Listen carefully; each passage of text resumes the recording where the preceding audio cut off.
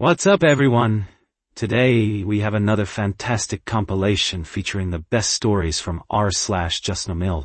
These 5 incredible tales will shock and entertain you. Subscribe if you're new here.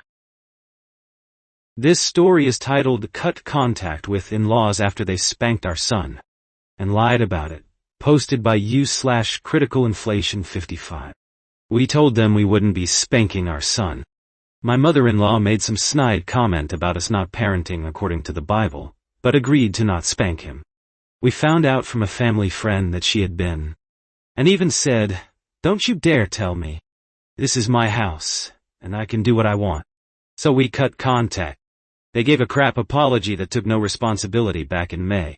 But now that's it's Christmas, they're pissed, and emailing and playing the victim because they're all alone for the holidays. Oh, and my sister-in-law who lives with them hid it from us too. So we cut with her as well. This story is titled Update to Crazy Email from Mother-in-Law, posted by u/CatsandCoffee93.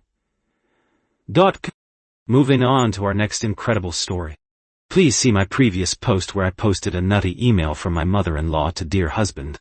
I decided to break NC and unblock her just to write this. I have now reblocked her. I just couldn't let her have the last word.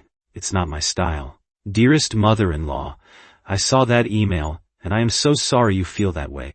My deepest desire was to be close with you, and I tried so hard for years, including only a couple of weeks ago when I hoped we could all come together to support dear husband in X. I was so sad you didn't come, as was dear husband, but ready to see you in the new year.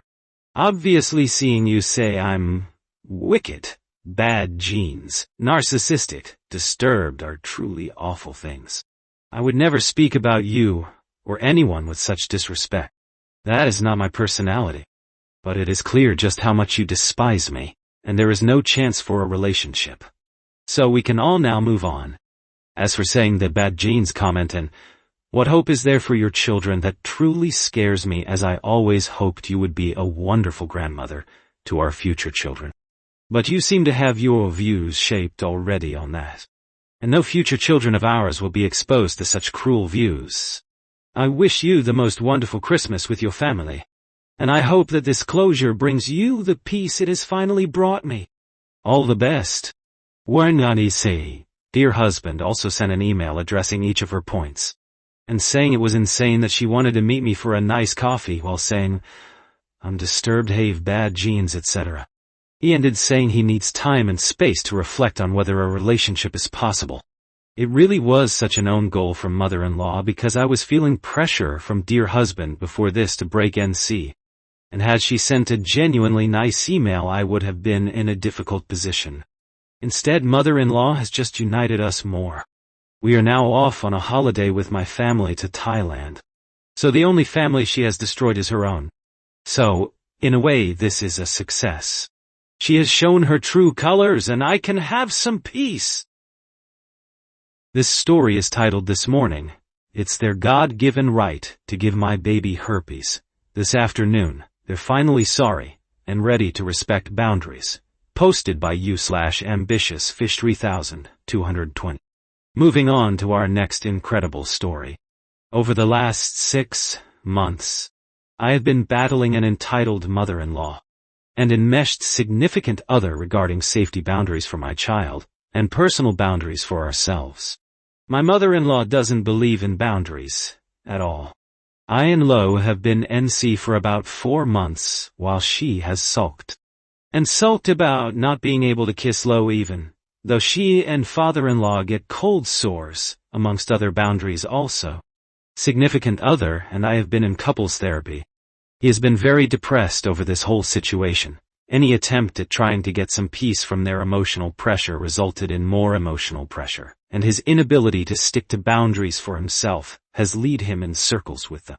This morning, he sent a message to his father hoping for some help. When it comes to his mother, father-in-law responded that he was upset he would dare mention that they have cold sores, and how dare they not be able to kiss Lo because everyone in the world gets cold sores. Lo already has the disease, she just has not shown symptoms yet. No, she does not have herpes. And again, how is their right to be able to kiss my child? I was livid at how insanely dumb and selfish their thought process is. Not only is this medically and ethically wrong, in my state it's also legally wrong. To expose anybody knowingly to an incurable STD, even herpes, here is a chargeable offense. My partner responded with a big emotional plea, and this afternoon, after 4 months of back and forth with them, they finally apologized and said that they would respect boundaries. Over a video call I was abruptly notified of and felt forced to sit in on. And while my partner has sighed his big sigh of relief and is so happy we get to move forward, I am livid. It's obviously a bullshit last attempt because months of emotional manipulation hasn't worked to get him to leave me, or for me to drop the boundary. I don't trust them for 1 second. When just mere hours ago they believed they should be able to give my baby herpes. And I hate that I've been automatically placed now as the bad guy. If I don't accept their apology and try to move forward, it would mean I am to all of them. Yes, I wanted an apology. Yes, I wanted them to come to their senses and stop creating an awful situation for everyone here. But I wanted them to do it genuinely, with self-reflection, with realization that they were putting my baby's health at risk, that they were putting our mental health at risk, creating so much anxiety and drama. And if they couldn't do that, then I wanted them to just stay away. This feels dirty, the very last thing she wanted to do, but had no other choice to, and doesn't even believe her own words coming out of her mouth. And now I'm expected to be on the road to mending this because she said she's sorry. This story is titled I'm Recovering from Surgery, and mother-in-law threw fit about not seeing us on Christmas despite us setting this expectation, posted by u/stillnesses, Femova21. Our next story is equally fascinating. I just had endometriosis excision surgery on the 18th. It was also to diagnose since all of my scans were clear. They did find it, and it was pretty extensive, so recovery has been a treat. I'm still barely moving about the house, can't sit up on my own and in decent pain. Being close to the holidays, we told both my family and my in-laws to not count on us for Christmas months in advance, as my recovery would be up in the air. But knew I would be taking 3 weeks off work, etc. So we just said, why don't we play it by ear, communicate closer to find a day in that 3-week window for them to visit in some capacity. Do a little Christmas get-together, but nothing formal. My husband is an only child. We have no children of our own, and they live 45 men away, so all very doable. So, first thing was 2 days after surgery, 12/20, she calls to check in, and asked us about whether or not Christmas Eve or Christmas would work better. My husband was like, we're not even there, yet we also never agreed to those dates, etc. And she then says, you need to tell me by Tuesday, 12/23, so I can go out and buy the food, etc. Then begins to rattle off this huge menu, most of which I can't eat BC of my surgery. I was shocked like 1. Thanks for even asking what I would like, and 2. We said that there should be no expectation that we would see them on AK2 all Christmas.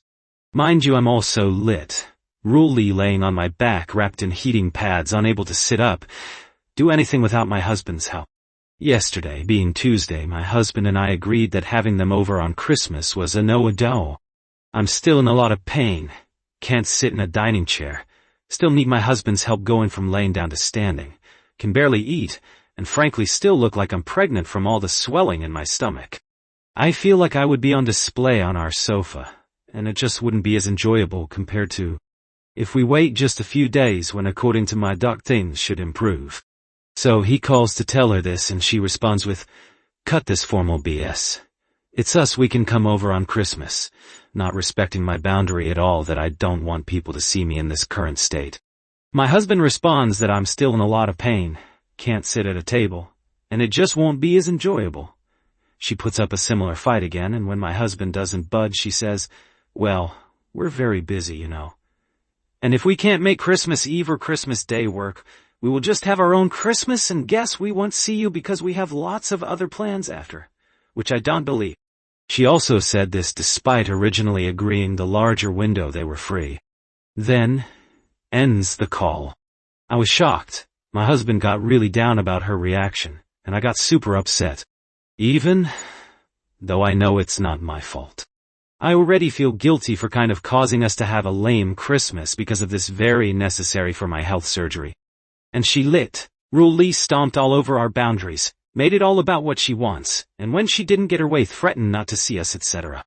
We're at a bit of a standstill now, but I can't stop venting to my husband about this. And how she has this vindictive trait when things don't go her way. I feel like she always makes these things about her wants. And ADK, I'm also like I effing had major surgery, a little flexibility and understanding would be nice. This story is titled Mother, Digging Through County Records for Marriage License Chew, posted by u/Thermdinaquilione206. And now for our final story of today. My mother is the Justnomil. She is a born-again Christian nationalist who has to have everything her way. And when she doesn't get that, she says awful hurtful things. Then, once she's calmed down, she's very sorry that we fought. And suddenly becomes the victim when people are still upset by her actions. I've been NC from her since late March, for that very reason. I was essentially cut off and out of her life with a very final goodbye letter. So, I don't entertain any of her nonsense anymore. Every few days I get a FB message of some kind, a video, or a picture. And it's always about, don't abandon your mother, trust her well, and you'll live well. Well, I got engaged in 2024. We didn't know when we'd get married, so we just played it by ear. It wasn't a very big concern for us. Then the cataclysm that is this fucked up administration happened. And I lost my job due to it and its illegal maneuvering. No acknowledgement of that from my mother. That fuck can murder people in broad daylight, and she'd pick the ground he walks on. So, I was unemployed for a long time. So what did I do? I got married in a courthouse ceremony so my wonderful husband could put me on his insurance. So I can get my medication, most especially my birth control, so I don't get pregnant in this fascist regime hellscape. We haven't even told people.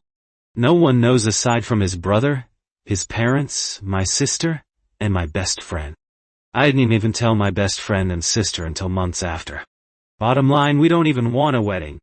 They're huge wastes of money for 15 minutes. I realize not everyone feels this way. So, I said all that to say my sister is coming to my state in April-ish of next year. And my mother is convinced that that's when I'm getting married and she's pissed, that she's not included. So what's the unhinged thing she does? Researches my damn marriage license on the county website. My sister messaged me last night that my mom told her she found it. I've given up on caring what she thinks in the long run. But my knee-jerk reaction is panky-cheeing that she's caught me lying. She's been insanely jealous of my mother-in-law, and insists that my husband and his family are influencing me. She doesn't understand that I've always been this way, and she's the one that's gone insane. So that's the fallout Emmy's sister is going to be dealing with today. How is everyone else handling their Christmas Eve craziness? That wraps up today's incredible Reddit stories compilation. If you enjoyed these amazing tales, hit like and subscribe for more daily content. What was your favorite story? Let me know in the comments. Thanks for watching.